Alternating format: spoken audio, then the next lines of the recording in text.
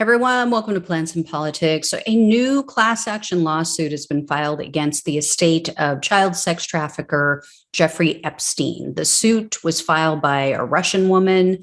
They named her only as Jane Doe in the lawsuit. She alleges that Epstein lured her to his various homes where he assaulted and raped her numerous times between 2017 and 2019. So this is one of the most recent allegations against him.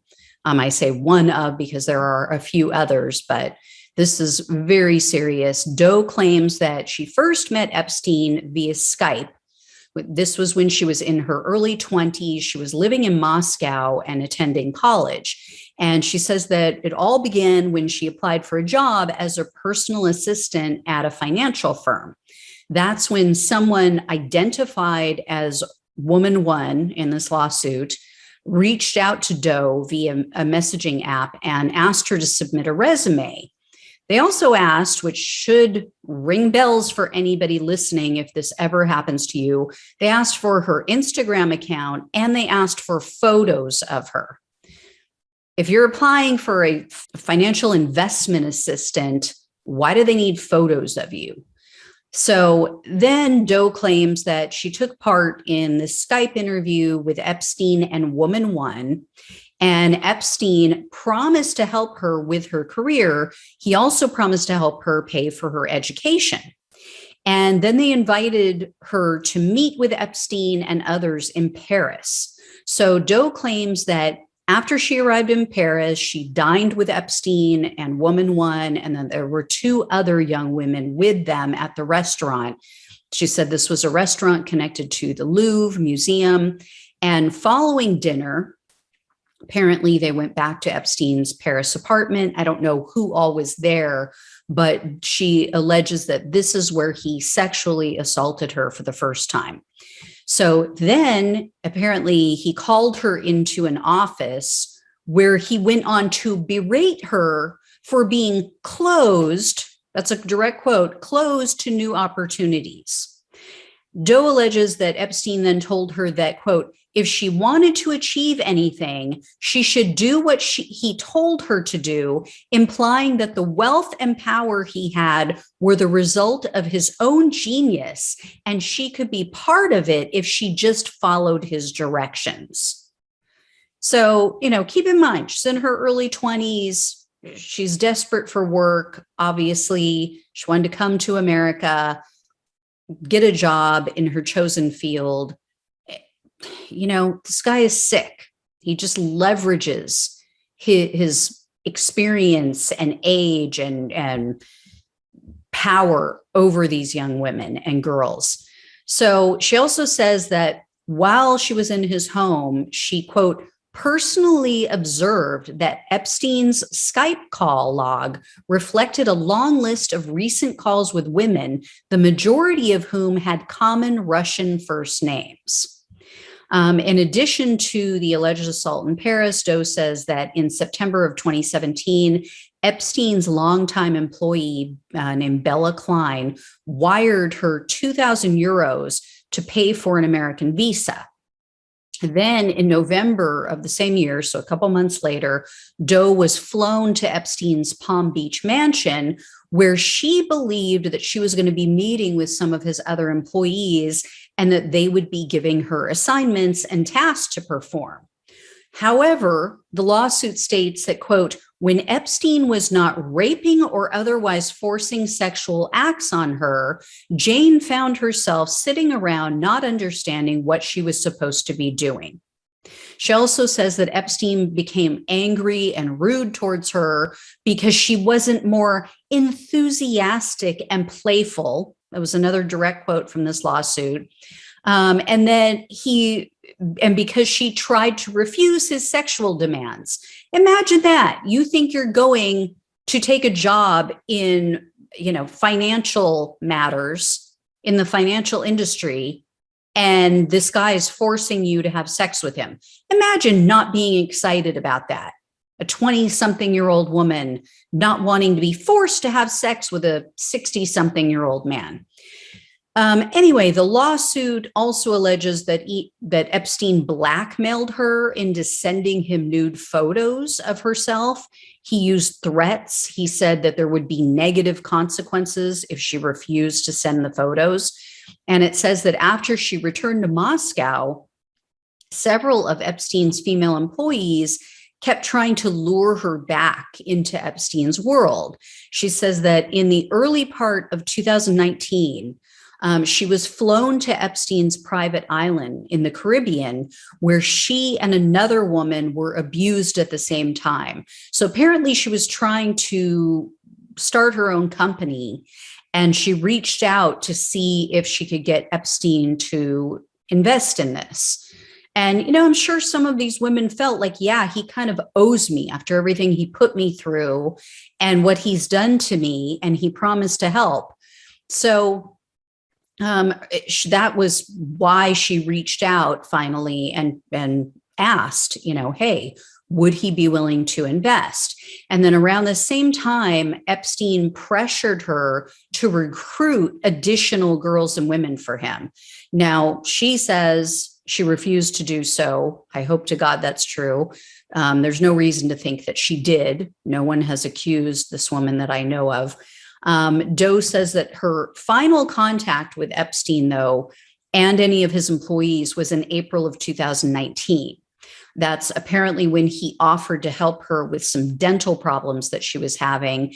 And he had his executive assistant, Leslie Groff, arrange for her appointment with a New York dentist and for her airfare to get to that dentist. Now, Groff is named as a co-defendant in this lawsuit, which alleges that she aided Epstein's abuse by, quote, purchasing plane tickets, sending money, making appointments, and sending various communications from New York.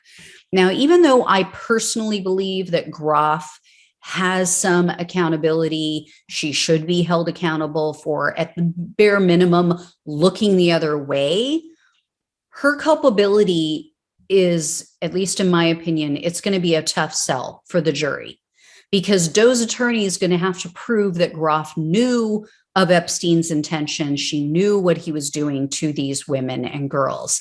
I mean, by 2017, Epstein had already been convicted of solicitation of a minor, right? So Groff should have known. What did she think her boss was doing during those 13 months that he was on work release and going to jail at night? And even prior to that ridiculous slap on the wrist, there were rumors everywhere about Epstein's depraved behavior. So for Groff to claim ignorance is absurd, but you still have to prove that she knew, right? We can't just say, oh, well, she should have known.